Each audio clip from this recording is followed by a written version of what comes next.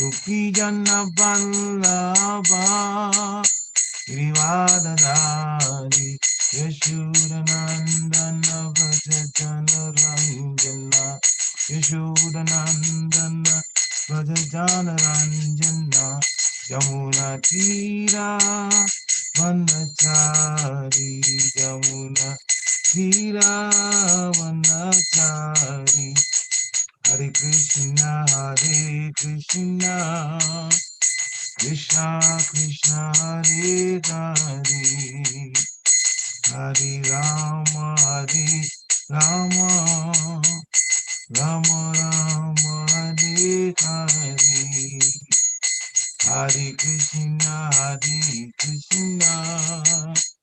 Krishna Krishna Hare Hare Hare Rama Rama Rama Rama Hare Hare Jaya Radha Sharadhyari Radha Sharadhyari Shri Radhe Jaya Radha Shama Sundar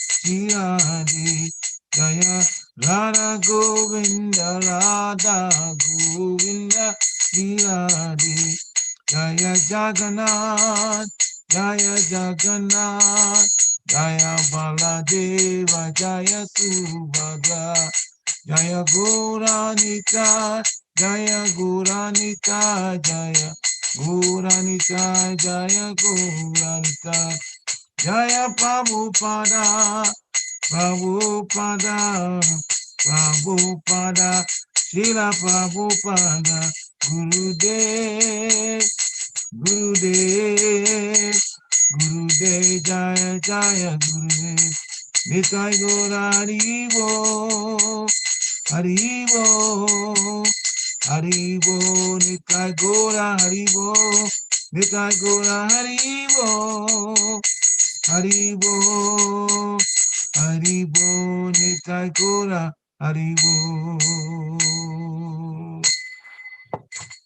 Jai Om Vishnupad Paramhamsa Parivajikacharya Astottara Sattasi Srimad Divine Grace A Shri Bhaktivedanta Swami Shri Prabhupada Ki Jai Jai Om Vishnupad Paramhamsa Parivajikacharya Astottara Sattasi Srimad Divine Grace Srila Bhakti Siddhanta Saraswati Thakur Maharaj Prabhupada Ki Jai Nanda Kuti Vaishnavini Ki Jai Ramacharya Shri Haridas Thakur Ki Jai ISKCON founder Acharya Shri Prabhupada Ki Jai Prem Se Kaho Shri Krishna Chaitanya Prabhu Nityananda Shri Advaita Gadadhar Srivasadi Gaur Bhaktavrinda Ki Jai Shri Radha Krishna Gopa Gopinath Shyam Kund Radha Kund Giri Govardhan Ki Jai Vrindavan Dham Ki Jai Mathura Dham Ki Jai Navadvip Dham Ki Jai Yamuna Mai Ki Jai Ganga Mai Ki Jai Tulsi Devi Ki Jai Bhakti Devi Ki Jai Ramaveda Bhakta Vrinda Ki Jai Nitai Gaura Premanande Hari All glories to the assembled devotees. Hare Krishna. All glories to the assembled devotees. Hare Krishna. All glories to the assembled devotees. Hare Krishna. All glories to the lotus feet of Shri Shri Guru and Gauranga. Hare Bol.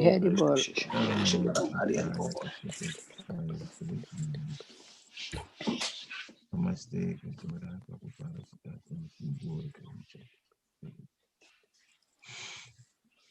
Narayana Namaskritya Narunchevam Narottamam Devim Saraswati Vyasam Tato Jayam Mudirayat Nasta Prayeshwa Bhadresu Nityam Bhagavata Sevaya Bhagavata Uttamastoke Bhaktir Bhavati Naistiki Om Namo Bhagavate Vasudevaya Om Namo Bhagavate Vasudevaya. Om Namo Bhagavate Vasudevaya Om Namo Bhagavate Vasudevaya. Om Namo Bhagavate Vasudevaya Om Bhagavate Vasudevaya. Hare Krishna. Good morning to everyone. So this morning's Srimad Bhagavatam text is from Canto 1, Chapter 3, Text 3. So Canto 1, Chapter 3, Text 3. Let me get myself okay, great. Yashavaya Vasamstane Kapitulo Kavishtara Tatvai Bhagavatu Rupam Vishudam Sattvam Urjitam. I'll say it 2 more times and then you can repeat if you want to. Yashavaya Vasamstane Kalpito Lokavishtara Tatvai Bhagavatu Rupam Vishudam Sattvam Urjitam Yashavaya Vasamstane Kalpito Lokavishtara Tatvai Bhagavato Rupam Vishudam Sattvam Urjitam. Please repeat if you so wish. Hare Krishna. Hare Krishna. Yashavayava sansthaneha kalpito lokavistaraha tadvai bhagavato rupam vishuddham sattvam urjitam. Yeah. Anyone else? You're on mute, Prabhu. Yashavaya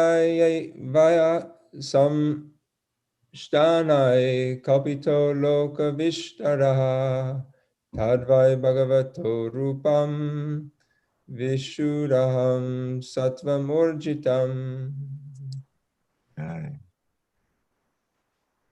Hare Krishna. Hare Krishna. Yasya vayava sansthanah kalpito lokavistaraha tadvai bhagavato rupam visuddham sattvam urjitam. Hare Krishna. Hare Krishna. Anyone else? Yasyaya vayaiva samsitanai kalpito lokavistara tadvai bhagavato rupam visuddham sattvamurjitam. Hare Krishna. Hare Krishna. Yasyavayavasansthaneha kalipito lokavistaraha tade bhagavato rupam vishuddham sattvamurjitam. Hare Krishna. Hare Krishna. Yasya vayava samsthane kalpito lokavistara tadvai bhagavato rupam vishuddham sattvamurjitam. Yeah. Anyone else? Yes, Yashavayava Samsthane Kalpito Lokavistaraha Tadvai Bhagavato Rupam Visuddham Sattvam Urjitam. Yeah. Hare Krishna. Yasyavaya sanstane kalpito lokavistara tadve bhagavato rupam visuddha sattvamurjitam. Hare Krishna. Hare Krishna. Hare Krishna. Yasya vayava sanstane kalpito loka vistaraha tadvai bhagavato rupam vishuddham sattvam urjitam. Hare Krishna. Hare Krishna. Prabhu. Hare Krishna. Yasyavayava samstataha hai kopito lako vishtaraha tave bhagavato rupam vishuddham sattvam urjitam. Thank you. Hare Krishna. Hare Krishna. Anyone else? Yeah. So here's word for word. Yasya, whose, avayava, bodily expansion, samstane, situated in, kalpita, is imagined, loka, planets of inhabitants, vishtara, various, tatvai, but that is, Bhagavata, of the personality of Godhead, rupam, form, vishuddham, purely, sattvam, existence, urjitam, excellence. Translation by His Divine Grace A.C. Bhaktivedanta Swami Srila Prabhupada. It is believed that all the universal planetary systems are situated on the extensive body of the Purusha, but he has nothing to do with the created material ingredients.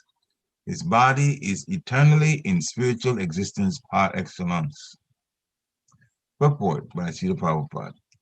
The conception of the Virat Rupa or the Vishwa Rupa of the Supreme Absolute Truth is especially meant for the neophyte who can hardly think of the transcendental form of the personality of Godhead. To him, a form means something of this material world, and therefore an opposite conception of the Absolute is necessary in the beginning to concentrate the mind on the power extension of the Lord. As stated above, the Lord extends his potency in the form of the Mahat Tattva, which includes all material ingredients. The extension of power by the Lord and the Lord himself personally are one in one sense, but at the same time, the Mahat Tattva is different from the Lord.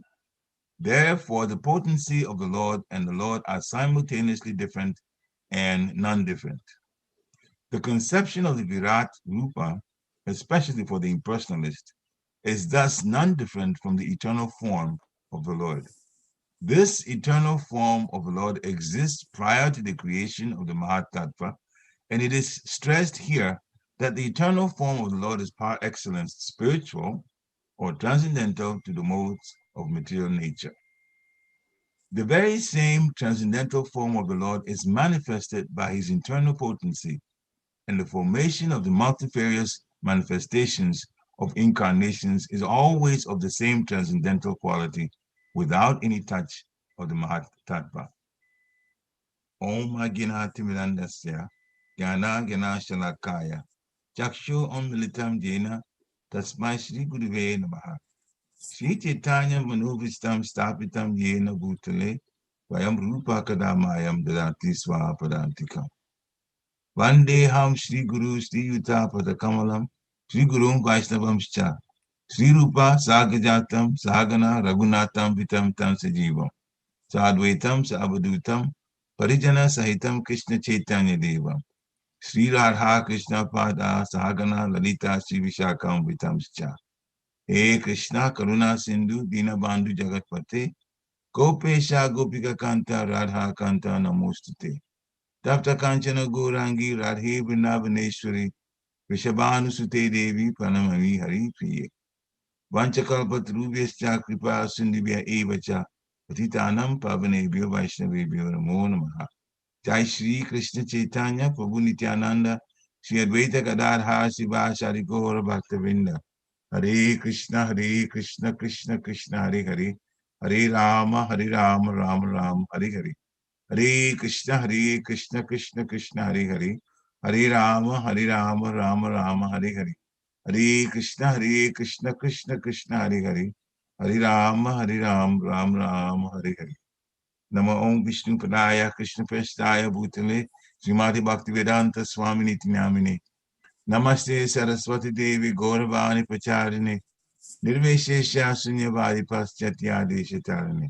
Namo Mahabharanyaya Krishna Prema Padayate Krishnaya Krishna Chaitanya Namni Gorati Namaha.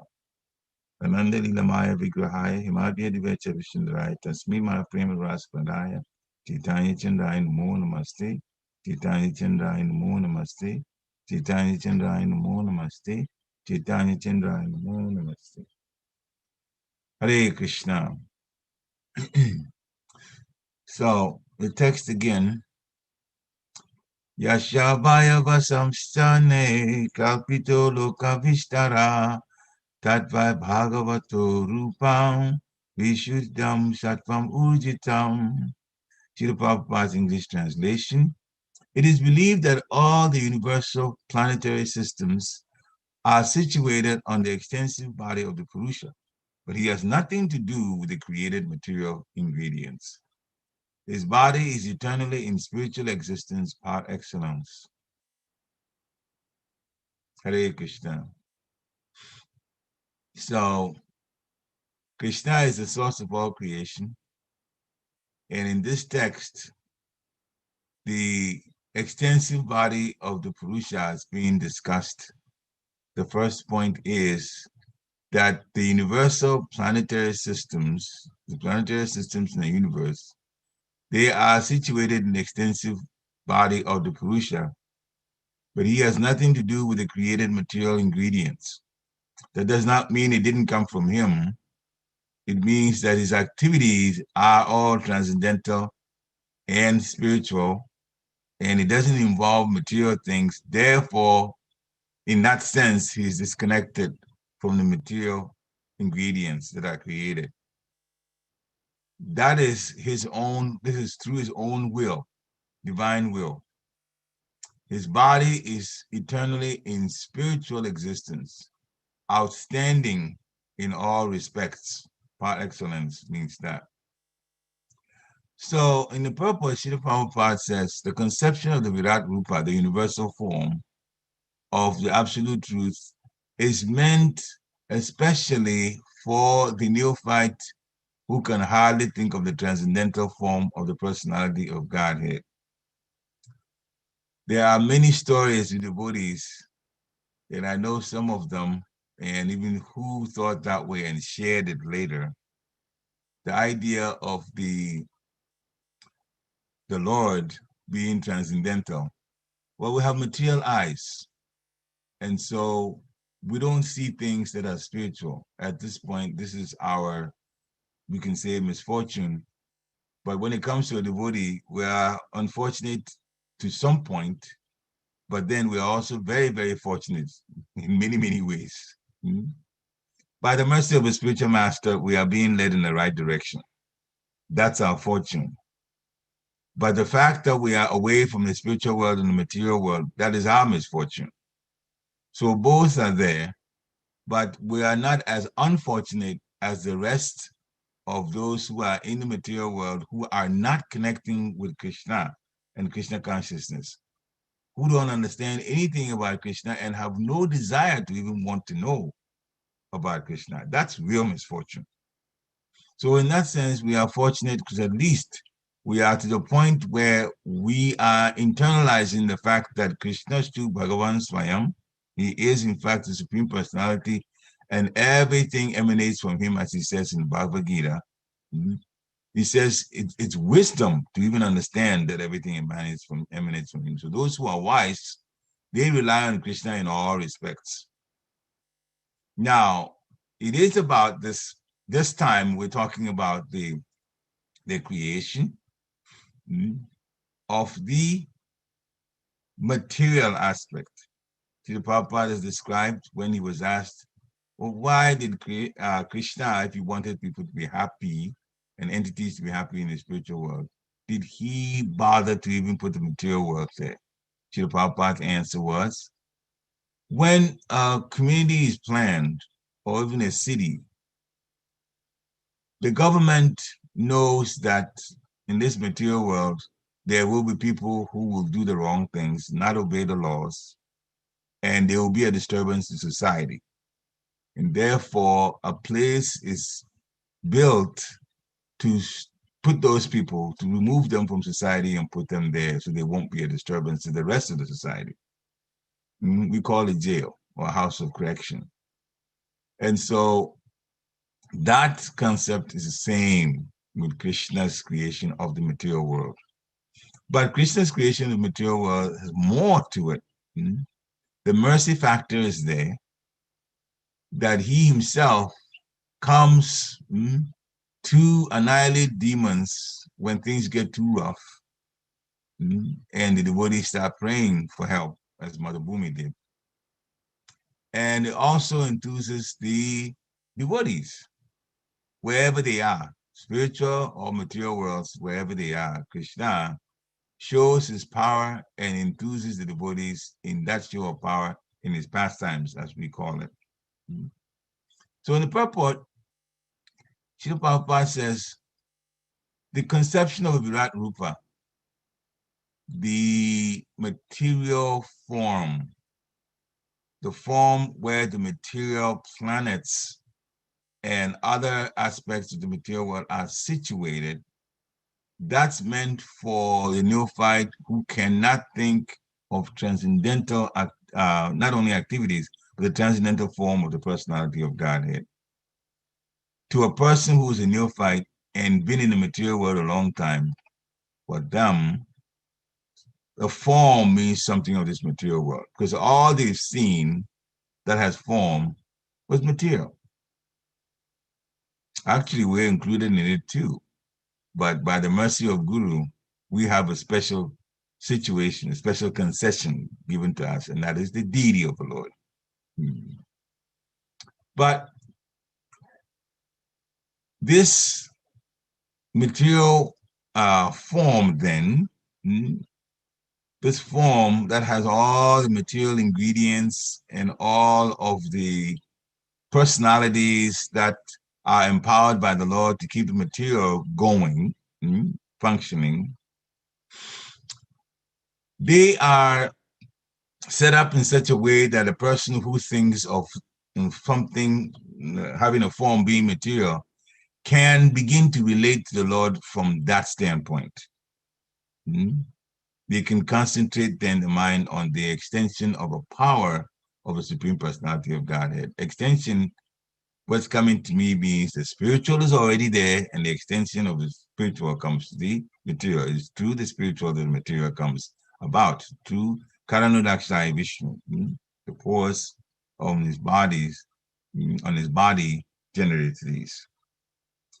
Srila Prabhupada continues that it is stated above, that the text before this, the Lord extends his potency in the form of a Mahatattva, the sum total of material ingredients. The extension of power by the Lord and the Lord himself are the extension of power by the Lord, Prabhupada says, to the material, and the Lord himself, personally, are one in one sense. If you came from him, it's connected to him. So the oneness is there.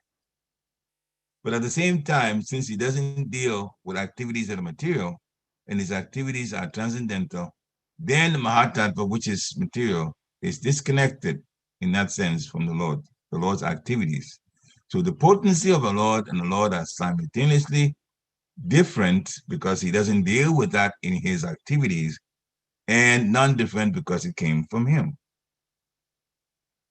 The conception of Virat Rupa, especially for the impersonalist, is thus non-different from the eternal form of the Lord. See, so the impersonalist thinks that the eternal form of the Lord and this conception of Virat Rupa are one. They look at it, non-different in that sense.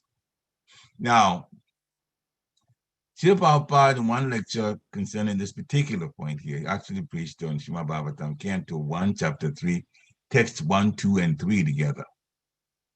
And about text 3, the one is there, he even quoted a little bit of the way the simple creation, or the simplified creation in the Bible was described. He said, in the Bible, the Lord said, let there be creation. And it came to be.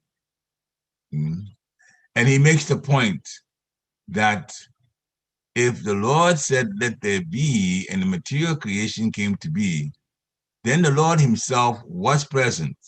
And at the time before he said, let there be, referring to the material creation, there was no material creation. That means the Lord himself is not material. But we know there are two categories, material or spiritual. So if the Lord brought the material about, then the Lord is spiritual, his body is spiritual, and his activities are like that also. And that is the point he was making. even though it's stated in a simplified way in the Holy Bible, that he makes the point that the Lord is in fact spiritual. And in the Bhagavad Gita, it is stated that the person is liberated who understands that the appearance and activities of the Lord are all in the transcendental level. So the conception of Virat Rupa is meant for, especially for the impersonalist. They think about it that way. That is none different from the eternal form of the Lord. But as we have said, the eternal form of the Lord exists prior to the creation. And the eternal form of the Lord is in fact outstanding. It is the greatest, and it is spiritual, and it's transcendental to modes of material nature, goodness, passion, and ignorance. So the Lord has nothing to do with the material energy. His activities are spiritual. Hence, the devotees of the Lord are also trained by the spiritual master in such a way that the spiritual becomes most important in our lives. And the material activities, we are advised that we connect with it on an as needed basis, only as it's necessary.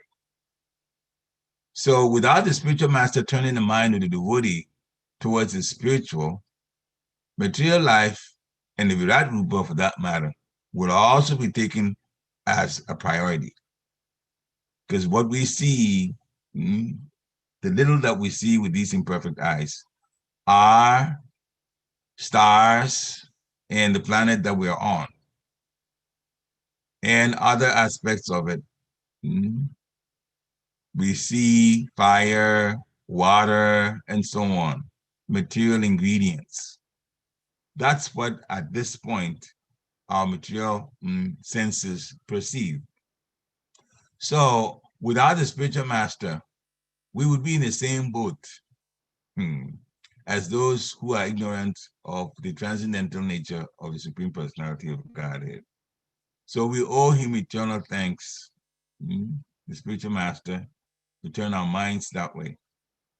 The Lord wants us to relate to him through spiritual life, in bhakti yoga, in loving transcendental activities.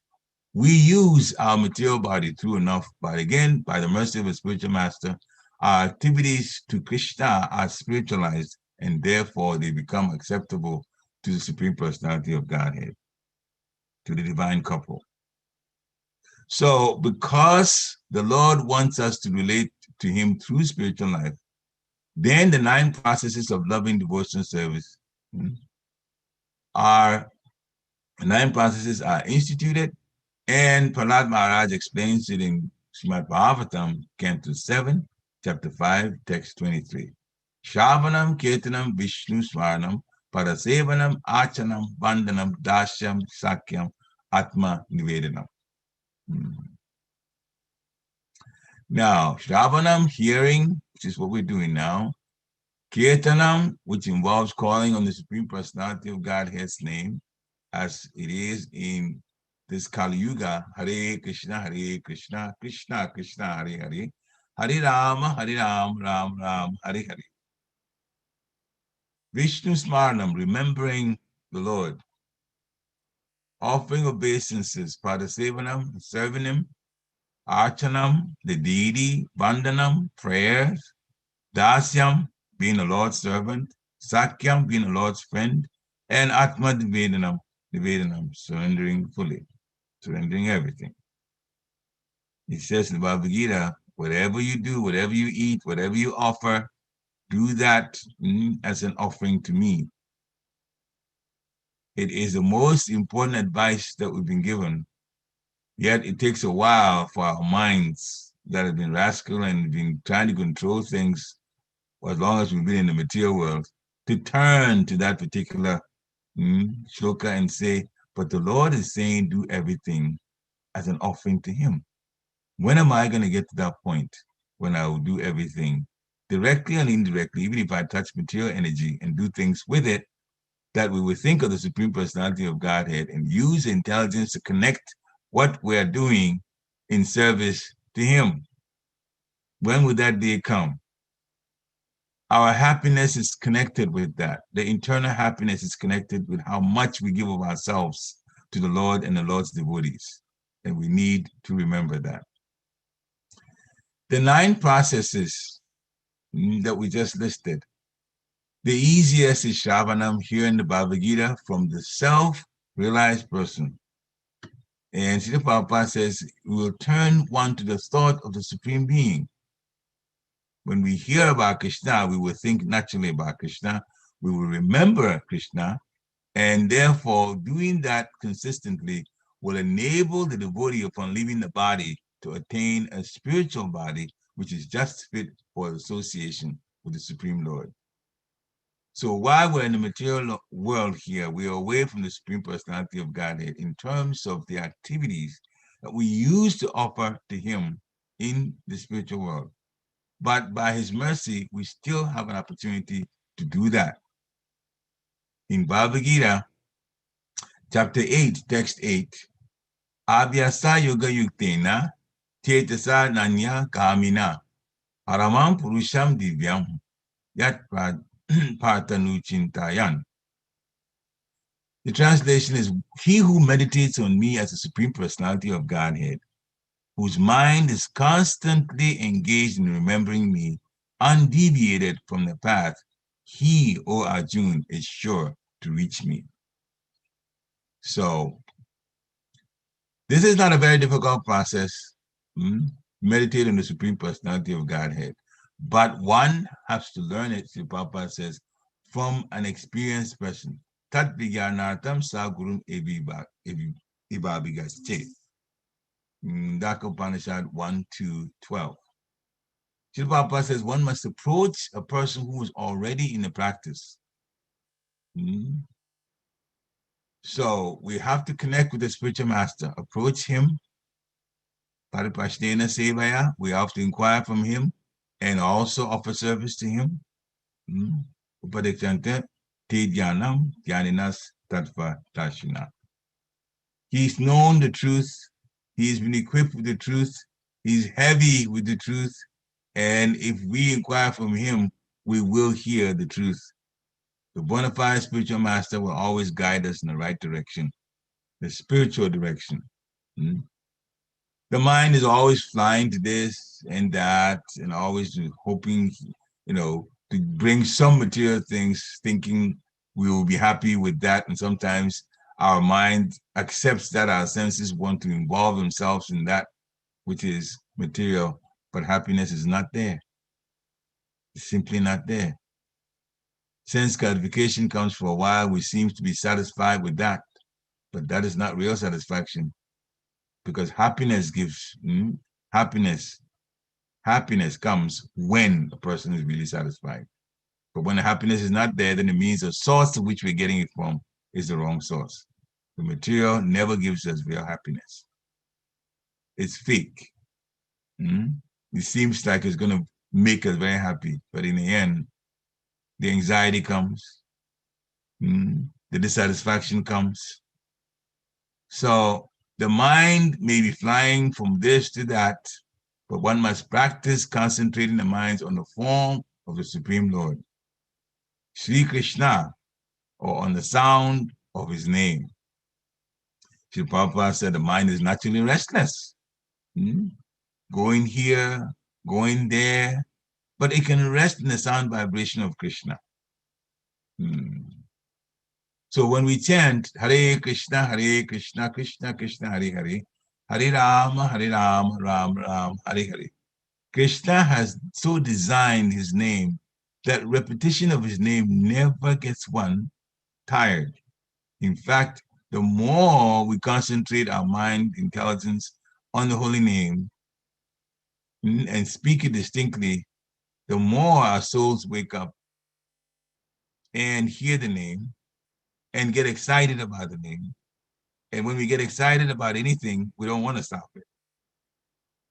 So it is, in fact, through practice, chanting the holy name every single day.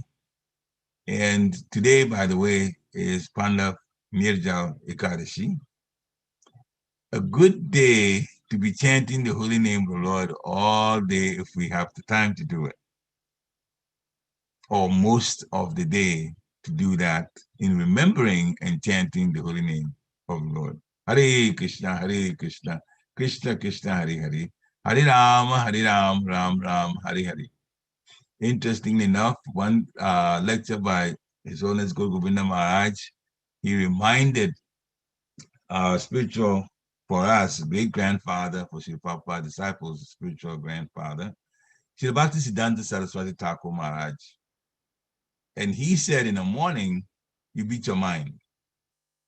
The mind wants to go into things that are material, but you bring it to Krishna by alerting it. Now you're not going anywhere. You're going to do the spiritual thing.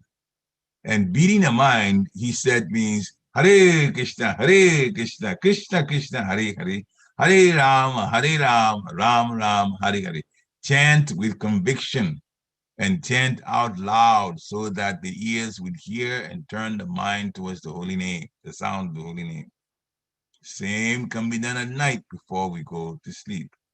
Read something spiritual. Hear bhajans, or join in it for a while until the body rests, so that we rest thinking about the Supreme Personality of Godhead. So we have been given so much mercy. The power of the Lord coming through the spiritual master, and then the Lord in the heart, the Paramatma. So we also have at this point, or are using, even though we are souls inside these bodies, we are using the material senses. So we as devotees also have a hard time perceiving God as spirit, not with these eyes. Therefore, the Lord reveals himself through the deity. So the deity is a connection where we can go from thinking about material things and focusing the mind now on the Supreme Personality of Godhead. So the deity is God himself, but he's also the mercy form of the Lord. Mercy in terms of those who have, like us, like me, material senses, using that to perceive the Lord. Even though we cannot connect with him as well, if you're like me, you can't connect with him as well because we, some of us, some people have, but some of us have not been anointed with that kind of, spiritual vision that we can see the deity and see through the deity, like Lord Chaitanya did when he went to Jagannath Puri. He saw the Lord Jagannath immediately fainted with so much love for the Lord.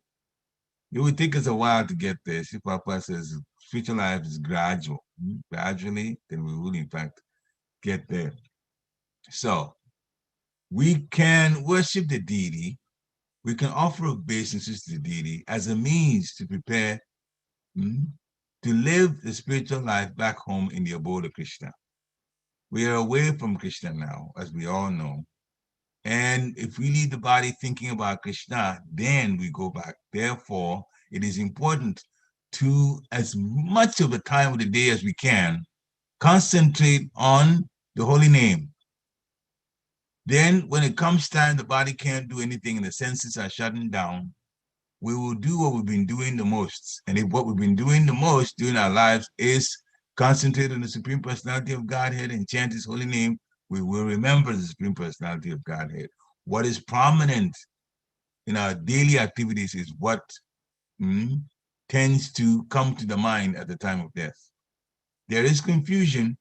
It's explained when the senses are shutting down because you want to use the senses and you find you cannot. Some of the senses shut down before others.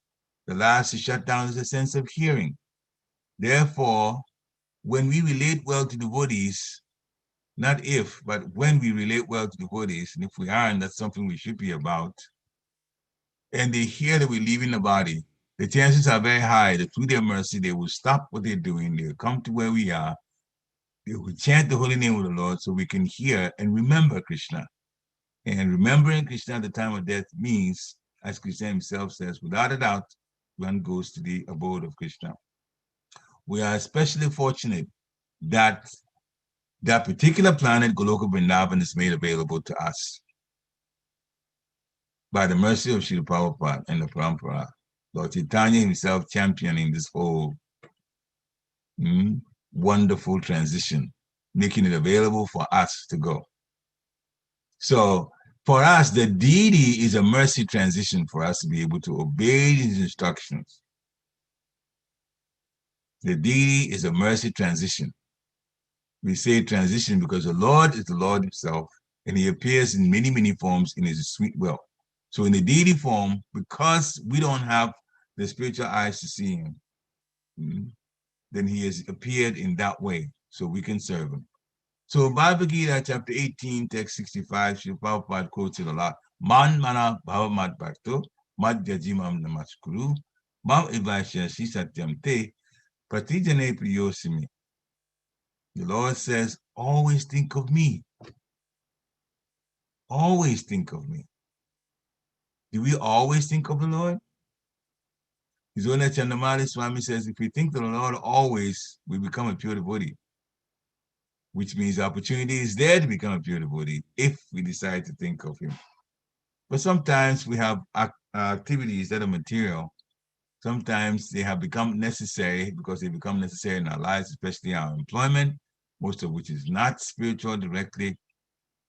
Sometimes we get into that mode of doing what we have to do at that particular time, calling our job time. But we can always think of the Lord, though, because there are gadgets like our cell phones and other instruments that can play, devices that can remind us about the Supreme Personality of Godhead. If we have it on the side playing, especially Srila Prabhupada chanting japa, for example, or some tunes which are very nice, the bhajans that you're hearing.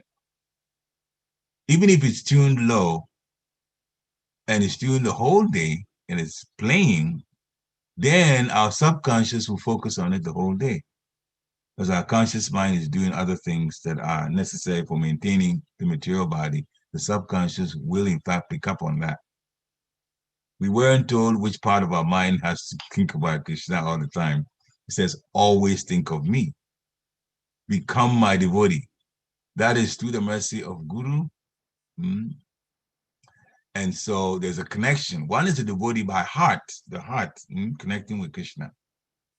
But when one connects formally by taking initiation from a devotee, a bona fide spiritual master, then we're telling the whole world that we are ready to dedicate our lives to the spiritual. And then Krishna is also ready then to receive us if we take that spiritual life seriously. Krishna says, worship me. Some of us wouldn't know how to worship the Lord without the deity. Therefore, the deity is made available. Offer obeisances, offer homage to me. We do that. If we do that, he said, you will come to me without fail. And he gave a promise, you're my dear friend. Means that Krishna loves us. We are planning, or we are being told, not planning, but being told how to jumpstart our love for Krishna. That's the whole idea about sadhana bhakti, devotional service by instruction. Do we love Krishna? Well, we're trying to. We're trying to. We believe first in Guru. We believe in what the Guru says. We certainly at this point appreciate all that Srila Prabhupada has done. So much more than many of us even know about. That's why it's wonderful to hear from Srila Prabhupada disciples sometimes telling us different things in different times from what Srila Prabhupada did. So we can learn from it, but also remember how much that he put in to serve Krishna so that we can do maybe a fraction of it, but we said they can do something to serve Krishna also. Become my devotee. Think of me. Worship me. Offer your homage to me. Then you will come to me. If you do these four things, and Krishna is giving us a promise. So in the purport for that, Bhagavad Gita 1865, Srila Prabhupada says, the most confidential part of knowledge is that one should become a pure devotee of Krishna and always think of him and act for him. Life should be so molded that one will always have the chance to think of Krishna. So how do we mold our lives that way? Well, we use our senses. If we have pictures that remind us of Krishna, then we will think about Krishna every time our eyes set on that picture. So we should have, as much as possible, take the opportunity, or we should take the opportunity to have things around us that would remind us of Krishna. We have our senses. Seeing is what we just talked about, the picture of the Lord. Hearing transcendental pastimes about the Supreme Personality of Godhead, and instructions on how to connect, because we are doing bhakti by instructions. But after a while of doing something, it becomes a habit. And so from the habit, then it becomes something that is ingrained. Therefore, you're steady. You like doing what you're doing. If it's a habit, if it's something you don't like, it will not become a habit. You want to get away from it. But doing it repeatedly, we develop, by the mercy of the Lord, attachment to doing the spiritual. And then from that, slowly, our heart opens, and all the dust and all the locks and all the material screws that we put in there to hold down transcendence now get released, put to the side, and then our pure love for Lord then begins to be awakened. Bhava platform. It will build. We have to still be careful to protect our devotional creeper, because even at that level, it's still weak, and Maya can in fact disturb it. Therefore, we have to take shelter of association of devotees who are fixed up, and devotees in general who always obviously talk about Krishna, and therefore remind us about Krishna. So we should mold our lives so that we'll have the chance to think of Krishna always. One should always act in purpose, such as all his daily activities are in connection with Krishna. He should arrange his life in such a way that throughout the 24 hours in the day, he cannot but think of Krishna. And we said, how? Hear the holy name of the Lord, hear Krishna Katha daily. When you have time set aside, it should be for Krishna. And the Lord's promise is that anyone who is in such pure Krishna consciousness will certainly return to the abode of Krishna, where he'll be engaged in association of Krishna face to face. So some of us will say, but the way my life is, well, I can do my best to relate to Krishna, but it won't be all of the time. The mercy of Krishna is there. The mercy of Krishna is there. And that reminds me of one meeting that His Holiness Advaita Swami talked about. He was present at that meeting. Srila Prabhupada was meeting the disciples who were leaders in the ISKCON International Society, and he was giving them some instructions. But through the instructions, as he always does, some preaching came in because he had to use the preaching to explain some things to them. And His Holiness Advaita Swami said he brought up the three ways in which one goes to Krishna Prema eventually. Sambandha, relationship; Abhideya, the activity of devotional service; and Prayojana, love of the Supreme Personality of Godhead. By the mercy of a spiritual master, these activities, these three processes are there. The relationship should be there. Relationship between the Lord and the Lord's devotees should be there. We are devotees of the Lord. We should relate to each other decently and also relate to the Supreme Personality of Godhead through the agency of Guru. Sambandha. The activities we show our relationship. Devotional service. Loving devotional service to the Lord. We're doing it, we say loving because we're doing it not for ourselves, but to satisfy Krishna's senses. So the processes that have been given, as we mentioned, 9 processes earlier, we embark on as many of them as we can. Now, the point about what Advaita Swami was saying was that, again, it shows the mercy of Srila Prabhupada. Even if we don't come to the pure love of Godhead by our activities, still the spiritual master, by his mercy, and Krishna also by his kindness, will allow us to go back based on Sambandha and Prayojana. And Sambandha and Abhideya, that's Prayojana. Sambandha and Abhidheya, relationship and the activities. When we do that, when we serve the devotees and serve Guru, because we are doing that willingly, first we learn, and then we do that willingly because nobody forces us to do devotion service. It's not devotion if we're serving by force, but we practice. And then on our own, we do. Remember that some people who actually stop at some point, temporarily stopping their progress in devotion service. That's unfortunate, but it does happen. And we pray for them to get back into, because the material world won't give them anything that they thought could make them happy and therefore going into it. That never happens. Material is actually quite disappointing. If we go deeply into it, we realize that's what it is. So we should keep serving.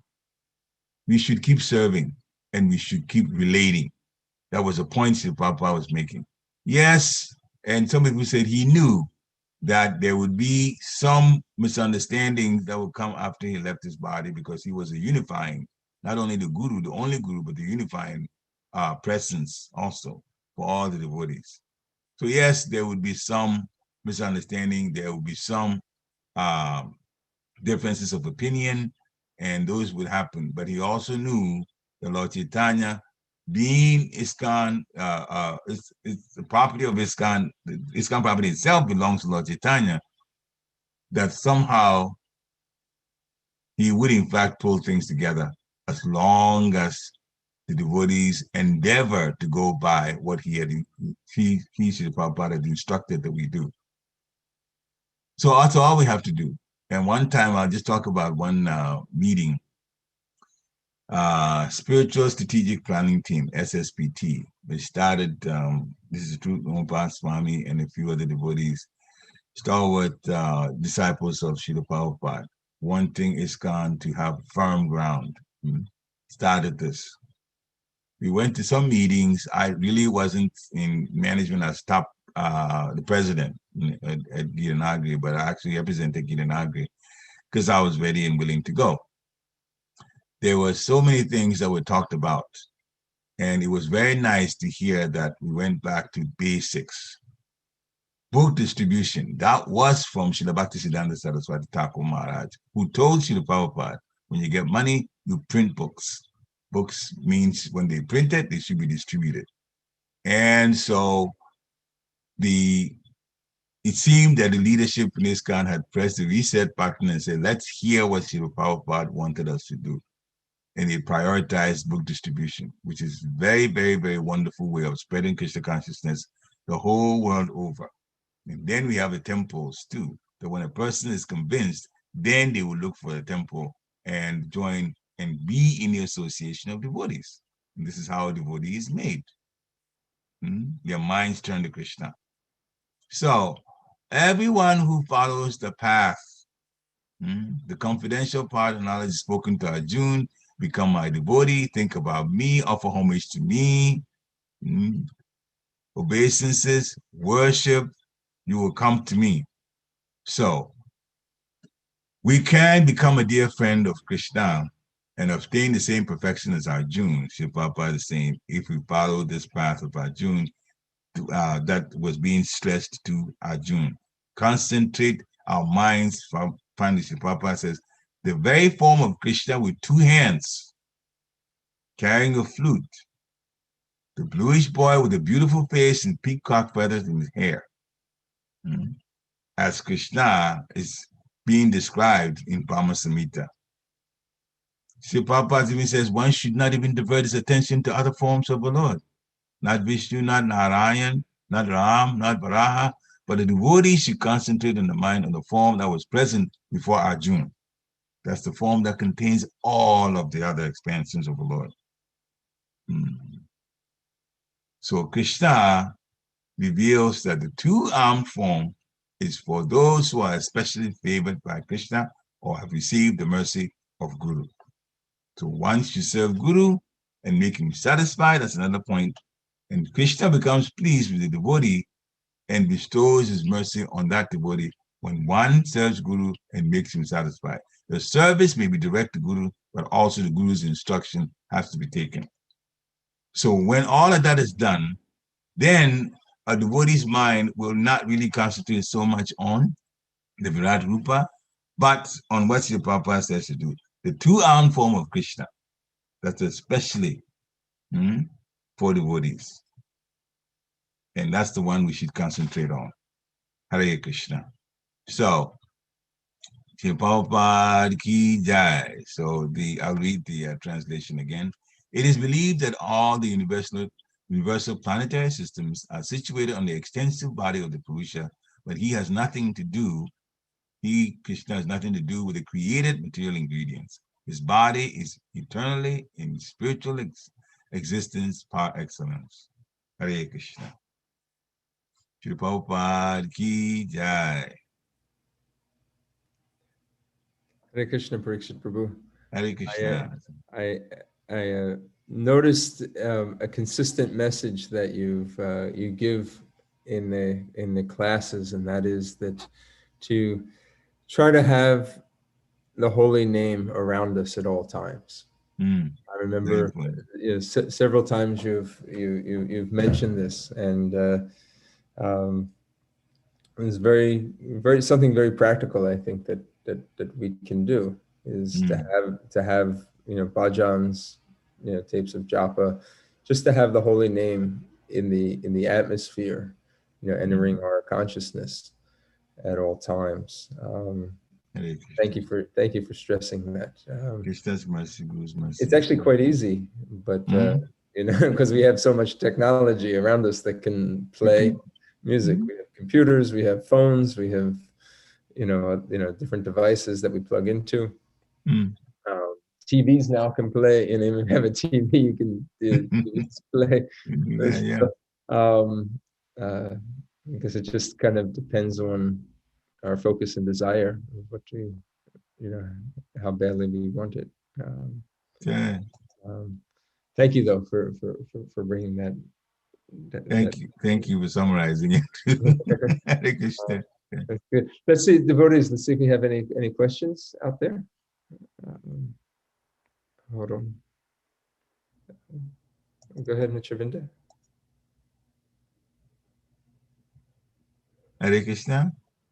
Hare Krishna, dear God. My obeisances. All glories to Srila Prabhupada, all glories to Gurudev. Thank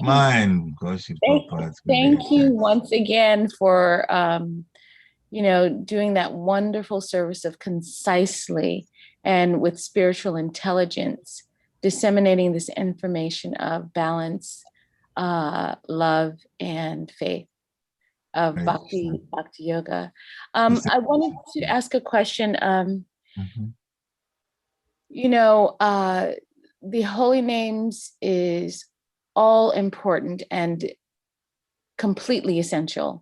The aspect of following Guru's orders. Now, we've all received at certain points in our lives direct instructions from Guru.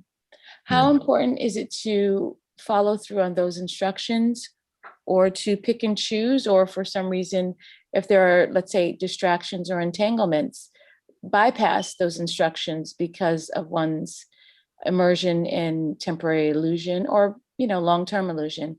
How important is the instructions of the Guru to the disciple?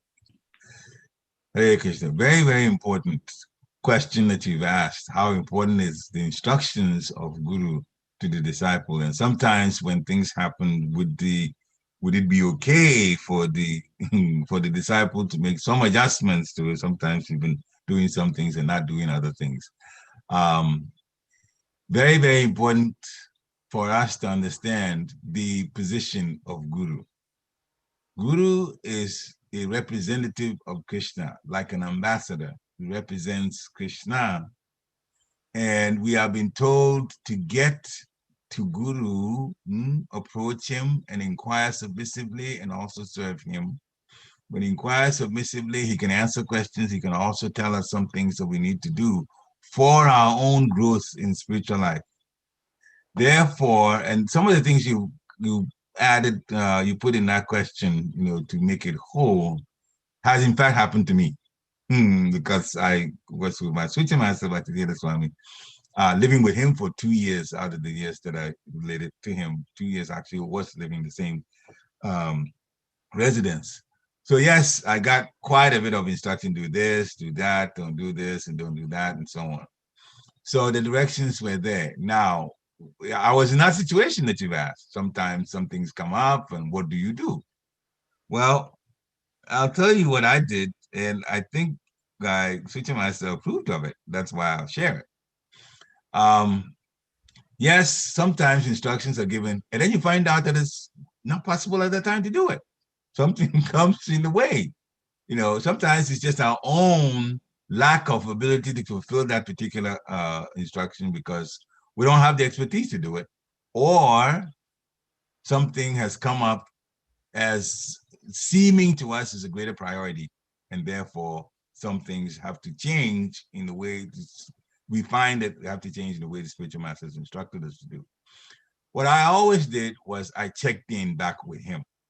I always did. Either I'm doing it, or if I'm not doing it, I'm checking with him and telling him why it has to be held up at a certain time, the way I'm thinking. Now, when he hears it, sometimes he would say, all right, so then do it this other time. Or sometimes when the expertise is not there, here's how he answered it. He says, when I tell you to do things and you don't know how to do it, you have to get it done. You have to get it done. See, doing it and getting it done isn't exactly the same.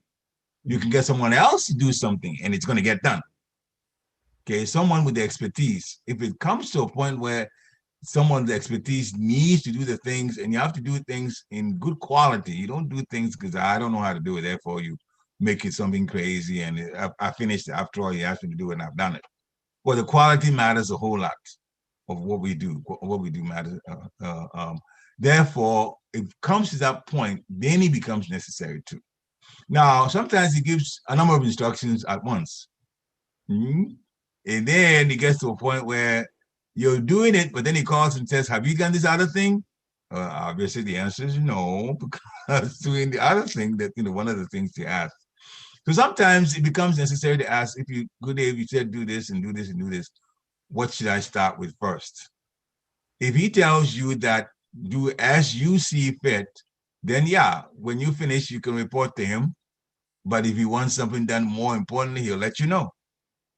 So it's a matter of communicating, though. This is what matters a lot, communicating. Rather than we making the decision, rather than us making the decision, well, I'll do it this way, or this has happened, therefore I'm not going to do that.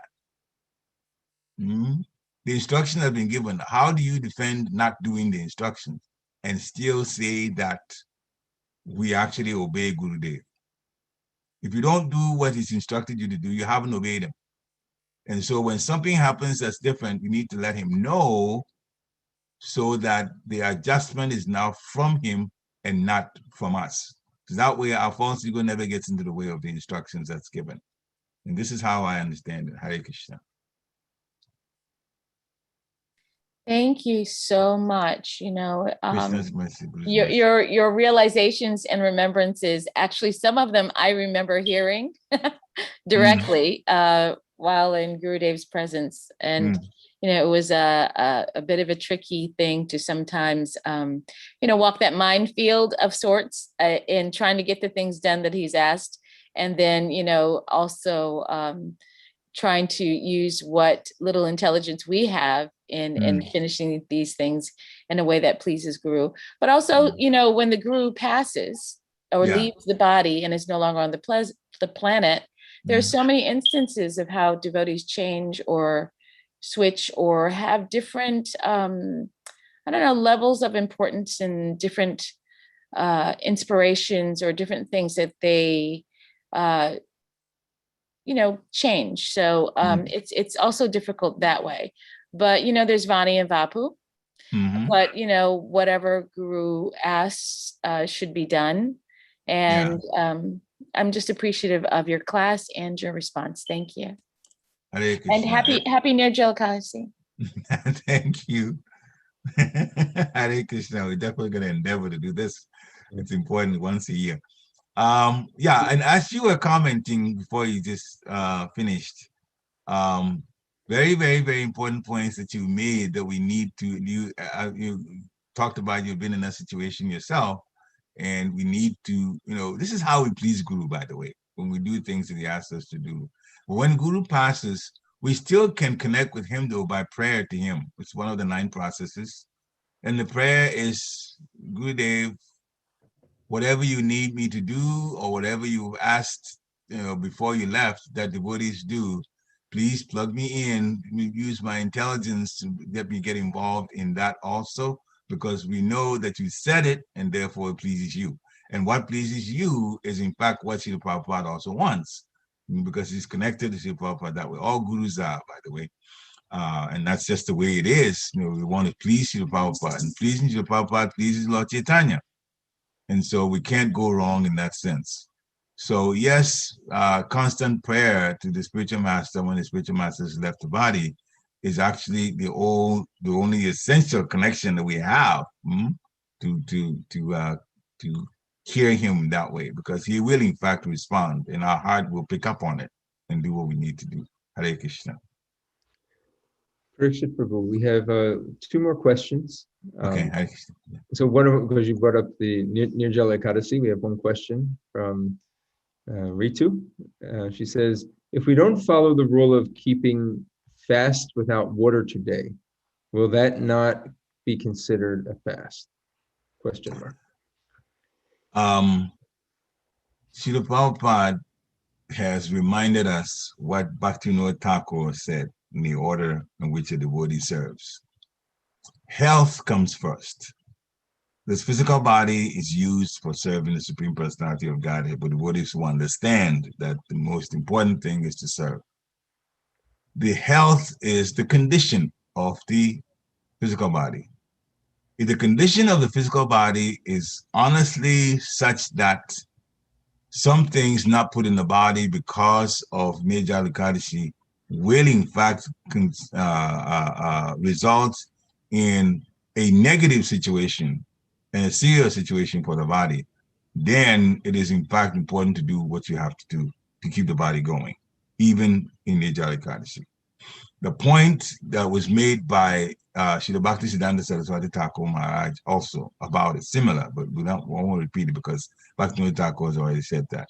Health comes first, sadhana, because we're being trained in Krishna consciousness. That's second. And then the spiritual master's instruction, which Mr. Vinay Mataji and I were talking about back and forth, what he's asked us to do, and then your Karma Yoga, which is you yourself, what you want to do in service to the devotees. That's the order in which Bhaktivinoda Thakur said. Therefore, if there's some medicine that needs to be taken, and if it's not taken within that 24 hours, there's going to be an adverse effect on the body, then the medicine has to be taken. It has to be taken the way it's been prescribed to be taken. Now, I don't know about this fully, but I've heard it, therefore I'll put it out there, but I won't be responsible for it. And that is, some people do say that if you observe Ekadasi the whole year round, then again, when there's a situation where Pandava Nirjala Ekadasi, no food, no water, it's going to be very, very detrimental to the body, then you may take Ekadasi at that time. Now, I know some concessions have been given by Srila Prabhupada. Personally, unless somebody else wants to comment about it, I don't know that this is one of them, but it has been floated. I know that some people that have to travel, Mr. Bhaktisiddhanta Saraswati Thakur Maharaj's point is that when you travel, and sometimes it's too hard to concentrate on driving because you are hungry and you could in fact harm yourself in an accident, then it makes more sense to take Ekadasi, meal at that time. But we all should really endeavor to do all the Ekadashis fast from grains and beans and so on at that time, though. All Ekadashis. Hare Krishna. So within it is you make your judgment. If it's affecting your health, then definitely put the health as priority. That's the answer to your question. A follow-up to that, with regards to this Ekadasi, it seems to come up as I guess a confusion or question that devotees have. So some some people think like, okay, well, I don't need to do Ekadasi year round. I can just be like Bhima and just kind of absorb myself on this particular Ekadasi, and that'll take care of me for the rest. Is that, how should we approach it like that? I mean, is that the right mentality? Doesn't. So the mentality of, well, Nirjala Ekadashi comes and I will observe Nirjala Ekadashi, therefore I don't have to do all the others. Well, in so many ways, that's not the way to look at it. Because if I give an example, a little bit different from this, but to come to this. All right. So I can leave the body at some time. I'm going to have to leave the body at some time. The time about Krishna right now. Why should I chant? Time comes, I think about Krishna, and I'll go to Krishna's abode. So when time comes, to make sure that I'm chanting and devotees are around me, they're chanting, and I'll go. It's the last shot. You think about Krishna, Krishna says that. In other words, we should not take the things from the Shastra and say, well, I have a way around this issue because Krishna said it like that. The Papa was giving another example. Some rascal, he said, has killed somebody else and says, well, in the Bhagavad Gita, Krishna was urging Arjuna to fight, and fighting means killing. And he said, there's no offense. Therefore, I can also kill and there's no offense. We have to be really, really careful how we interpret what's there. If it wasn't necessary to do Ekadashi and only one Pandav Nirjala Ekadashi, Srila Prabhupada would have said, fast once a year at Nirjala Ekadashi. But you know the others are there. So the others are there, they are there to be used, to be followed. Therefore, the question is, were you going to follow it or not? It really boils down to a person's will to obey the instructions of Guru. So the Ekadashis are all there, fast and Pandav Ekadashi, and fast on the other Ekadashis also. After all, we're trying to please the Lord. If you want to please the Lord, you do more of the things that he's asked to do, not less. Hare Krishna. Thank you, Parikshit Prabhu. I wanted to get to Bhakta Bab real quick. He has a question. Hey, thank you. Yes, Hare Krishna. Thank you for taking my question. And it actually revolves around the Ekadasi question. So, well, one, I didn't realize today I wasn't allowed to take water. I've been drinking water since about 5:30 this morning. So I hope that doesn't affect anything. I did make sure I followed all the other Ekadasis throughout the year, but my question revolves around today. So I got a call this morning that I had some tests for my heart that were rescheduled for tomorrow. The problem is I'm not going to be able to break Ekadasi because of that. I'm not supposed to eat prior to my test tomorrow. And my test probably will not be done until mid-afternoon. How do I handle that? Do I still do the Ekadasi today? Is me not breaking the Ekadasi when I'm supposed to going to affect me adhering to it today? I guess I'm just a little confused about that. Very good point that you brought up. Because of the way your health situation has been, dealing with your health has been scheduled by the hospital, it's obviously not your fault. You can, in fact, follow what the hospital says to do because Bhaktivinoda Thakur said health comes first. Health comes first. So remember, there was a situation involving, I'm forgetting the name. I shouldn't, well, I don't control, I guess, it's in remembrance, but it will come to me, I hope. Okay, I'll pass on that example until my mind picks it up again, and then we'll talk about it. But there have been instances where the process is supposed to be done a certain way. Maharaj Ambarish, that's what I was trying to think about. So Maharaj Ambarish was fasting. The time came to break a fast. Durvasa Muni came to visit him, and Durvasa Muni was going to be offered prasadam, but he wanted to go freshen up, take bath, and then come back. And he was going a long time. It was necessary to break the fast. And so Maharaj Ambarish consulted the Brahmins, and they said, you take a little Chanamrita water, and that's like eating, and at the same time not eating, and you can break the fast that way. Well, of course, Devasmuni, being powerful and has mystic powers, noticed what had happened and then tried to give trouble to Maharaj Ambarish, but Maharaj Ambarish was saved. The point we're making is Maharaj Ambarish made the adjustment out as was necessary. It became necessary.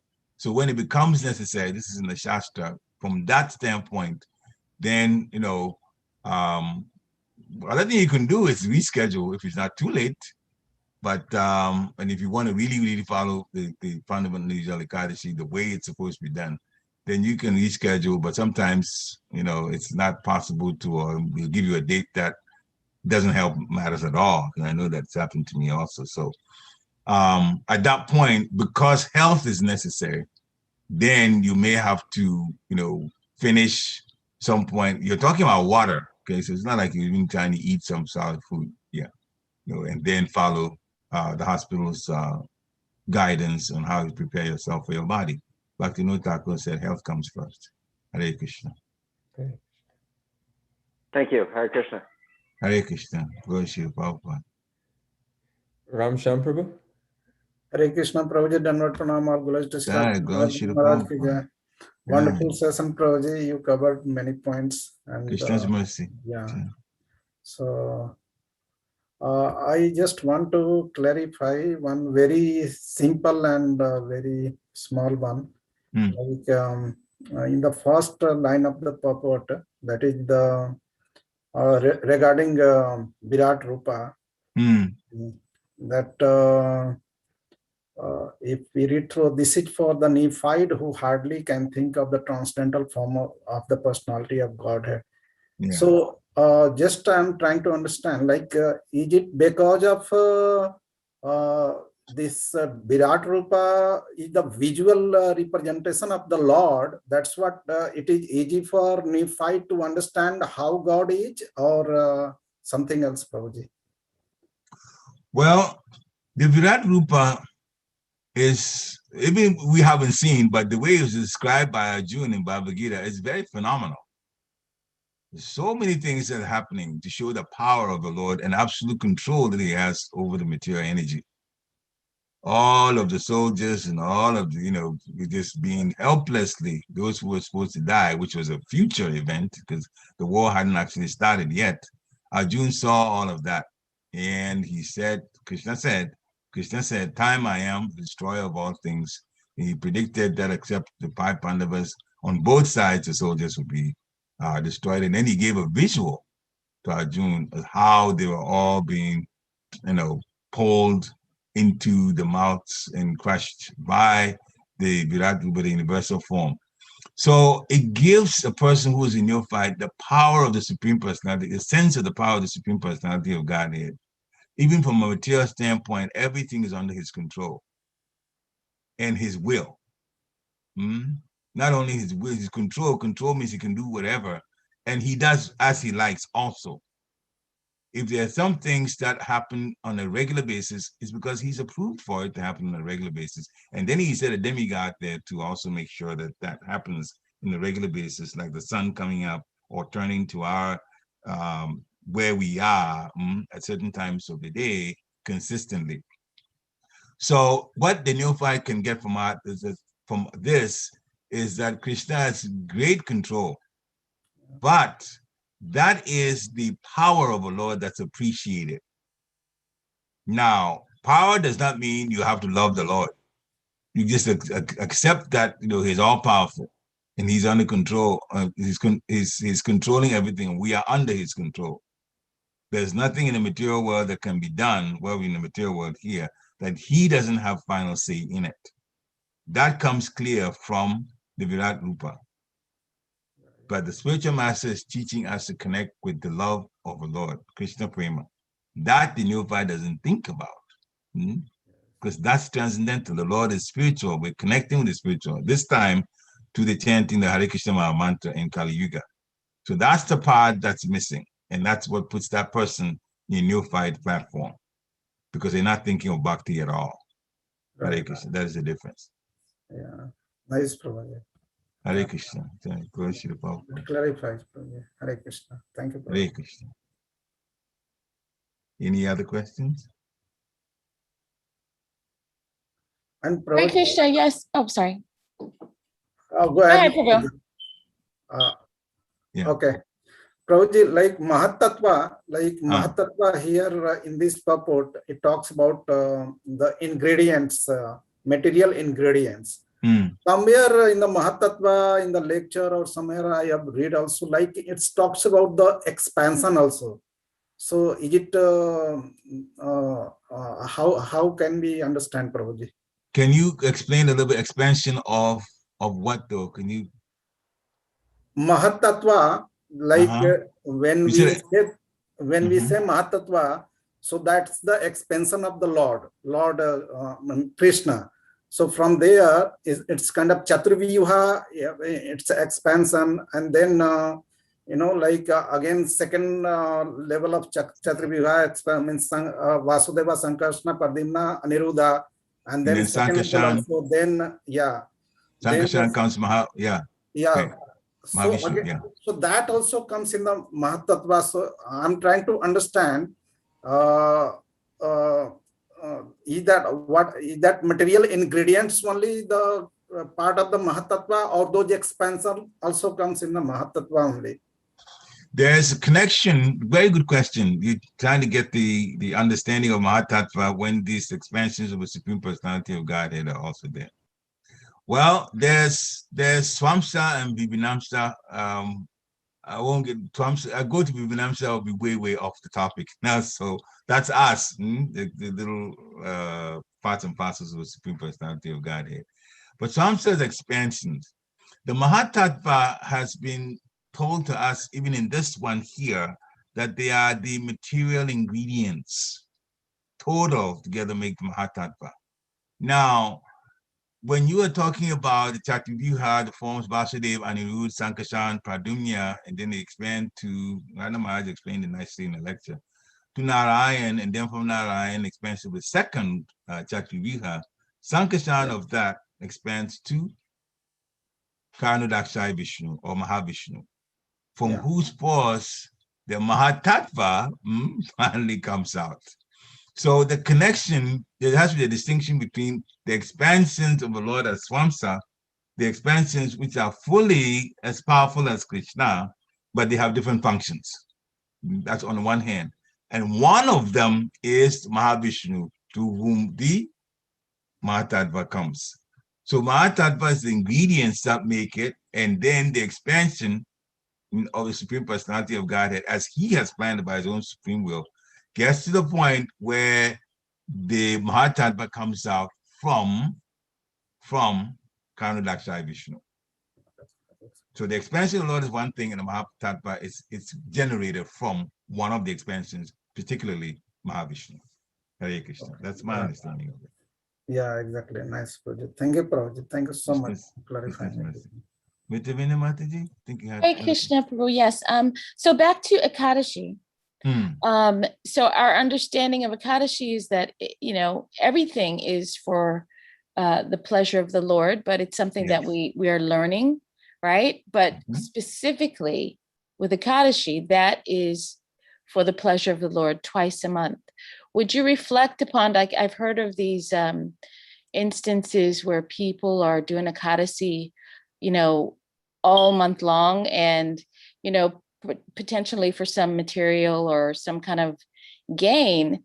And, I don't know whether it's through just lack of education or, levels or modes of, the gunas, goodness, passion, ignorance, where people kind of get caught up in, well, you've heard you do this, and then you can pray for something and you desire and get it.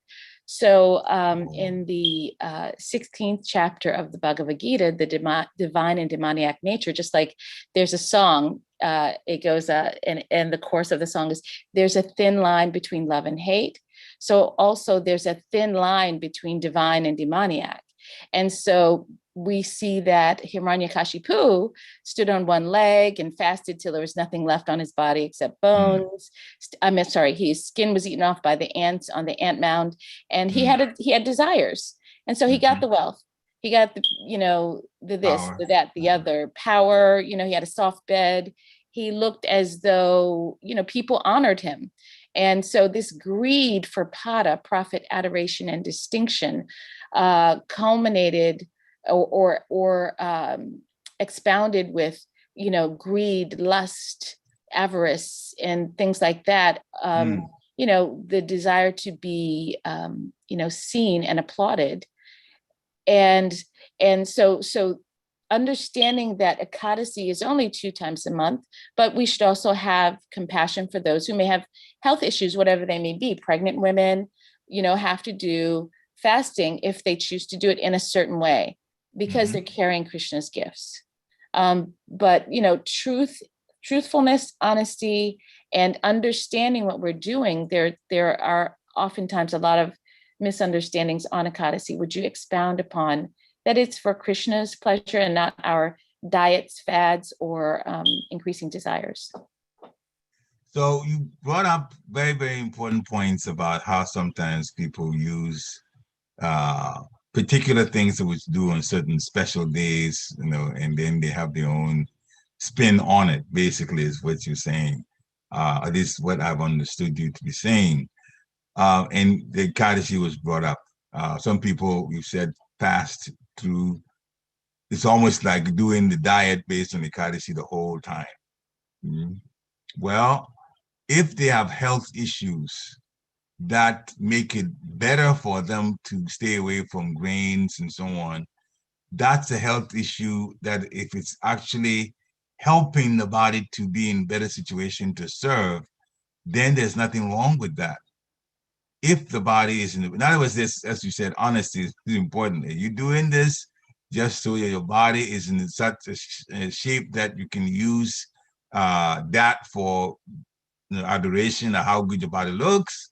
Or are you doing this really so that the body is in an optimum state of health for service to Krishna? It all depends on the mentality of the person that is making the change. Because people do, in fact, make the change. Sometimes when people have become vegan, they won't drink any milk. And Papa said cow's milk is good for the finer tissues of the brain, but they don't, and they're devotees, okay? And they don't drink milk because certain things are also happening to their bodies that the medical establishment has set. And my godbrother going through that right now. And it's, so then is it against what Srila Prabhupada said? Well, we brought up this whole point about Bhaktivinoda Thakur says put health first. So if the intention is to actually save the person from complications health-wise by changing the diet so they can keep serving as optimally as the body would allow them to serve, then it makes sense to do that, because now you're putting service first and being able to do it well as a priority. But any other thing, just for people to praise you and say, oh, you've taken such good care of your body because now you look better and all of that. Some people may say it, but we ourselves should not even take that seriously if our intention is to use the body to serve to the utmost capacity that we have. Yeah, that from that point of view, wanting the body to be used to serve better, if we're not violating rules needlessly, then yes, it makes sense to do that. So you already made so many comments about people wanting to do things for distinction adoration, and that we should never do. We should not do anything for that kind of reason. We should do whatever we need to do materially in order to keep going, the necessary things. And then also we need to give, as Grihastas, charity, because that's also required to keep devotees happy and the temples also proceeding. That's our aim, apart from hearing and chanting. Hare Krishna. Nothing, keep it simple. You just keep it simple and come up with all kinds of excuses to do different things and break what's set up as the laws that we're following to go back to Godhead. That we have to be careful of. Hare Krishna.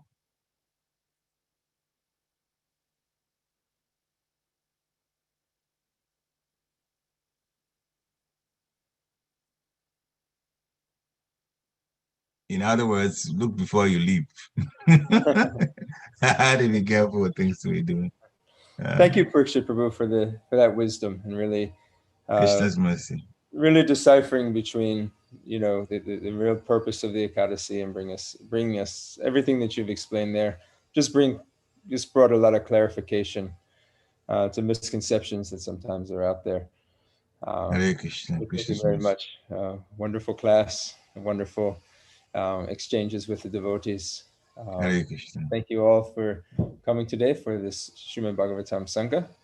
And we look forward to tonight. We have our Bhagavad Gita happy hour, 5 o'clock, with Balabhadra Prabhu on Mondays. I hope to see you all there. If not, tomorrow we'll see you at Srimad Bhagavatam class. Hare Krishna. Hare Krishna. Everybody have a wonderful Krishna conscious day. Yeah. Hey. Vanchakalpatarubhyascha kripa